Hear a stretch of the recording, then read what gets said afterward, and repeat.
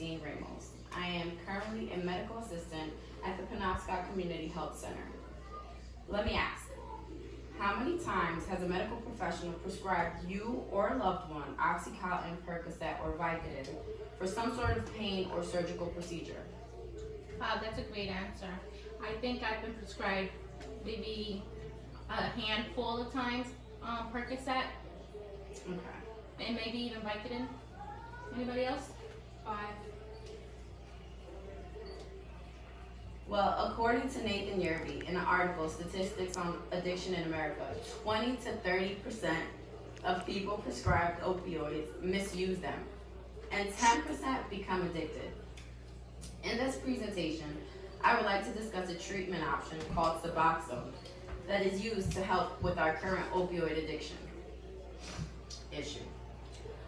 You might be wondering, what is Suboxone and how does the medication work?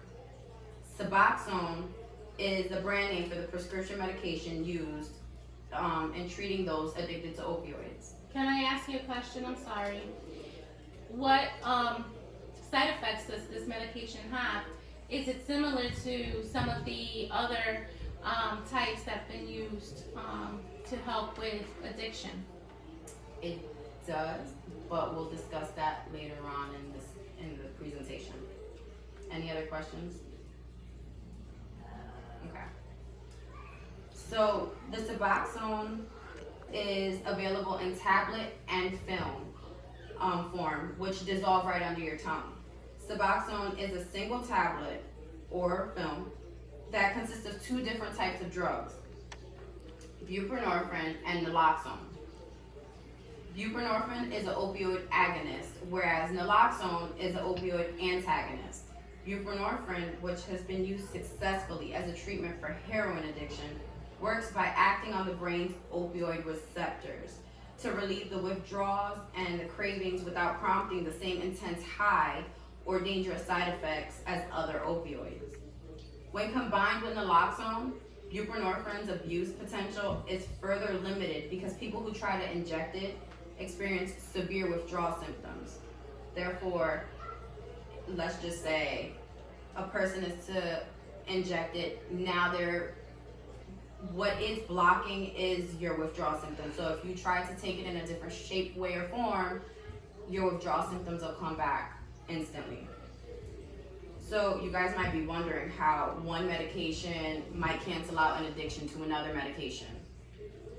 The process begins with phase 1, which is the withdrawal with the withdrawal phase. Depending on which person, what opioid this person is using, determines on how long you should be experiencing the withdrawal symptoms.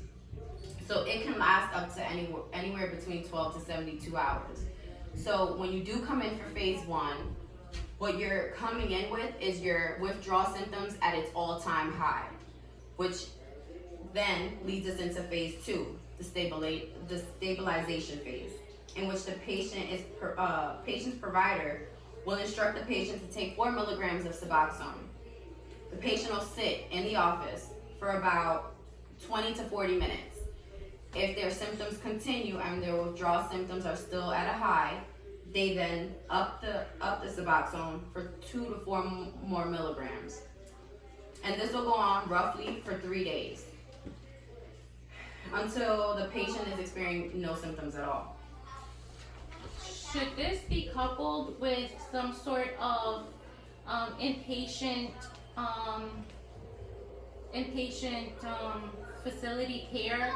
Like, what's the mental effects that a person going through the withdrawal phase, I'm thinking more of coupling it, not only the medication for the withdrawal, but then also tending to the mental aspects of take care. So in your opinion, do you think they should pair it together, or is that medication only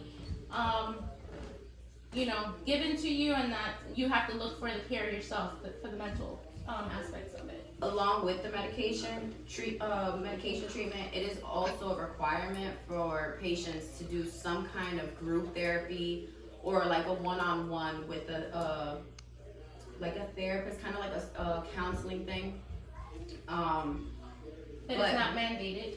But it is mandated because they feel as though people who do the counseling and the group event and the group counseling, it kind of works better because they're depending on each other to hold themselves accountable to staying off of any kind of opioids.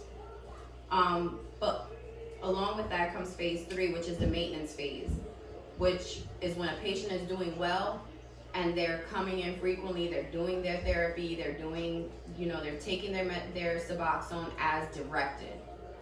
They will become stabilized on that one dose until they get eventually tapered off.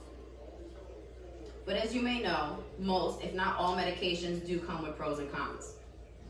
So some of the pros of Suboxone, it reduces withdrawal symptoms, which is why people tend to continue these opioids because they don't want to feel the withdrawal symptoms, so they continue to take it. Whereas this medication, it reduces them severely. It lowers the risk of them continuing the Suboxone, the opioid medications. And my favorite one is if a patient tries to crush it or tries to, shoot it up, take it away that it's not meant to be taken in a different form other than dissolving it under their tongue. Naloxone kicks in. So now, not only are they experiencing the withdrawal symptoms all over again, but that high that they were seeking, they will no longer have. Some of the cons is that patients do at times have an issue tapering off. They become a dependent on Suboxone, which means that they're gonna have to try a different method because they're once again depending on a medication to avoid the withdrawal symptoms. So you have to have a patient that really wants to be taken off the drugs, the opioids. Absolutely.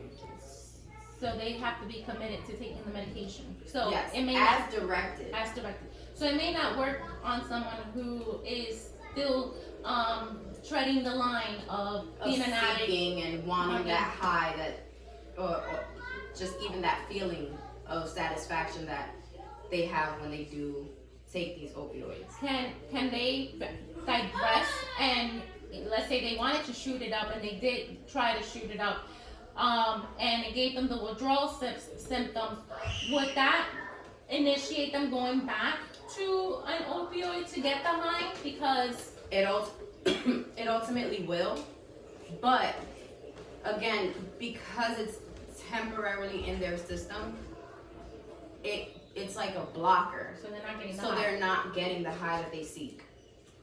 And one of the cons is if they're not taking it as prescribed, this leaves them at a higher risk of starting up again with their opioids or their street drugs or whatever it is that they have a struggle with. Yeah.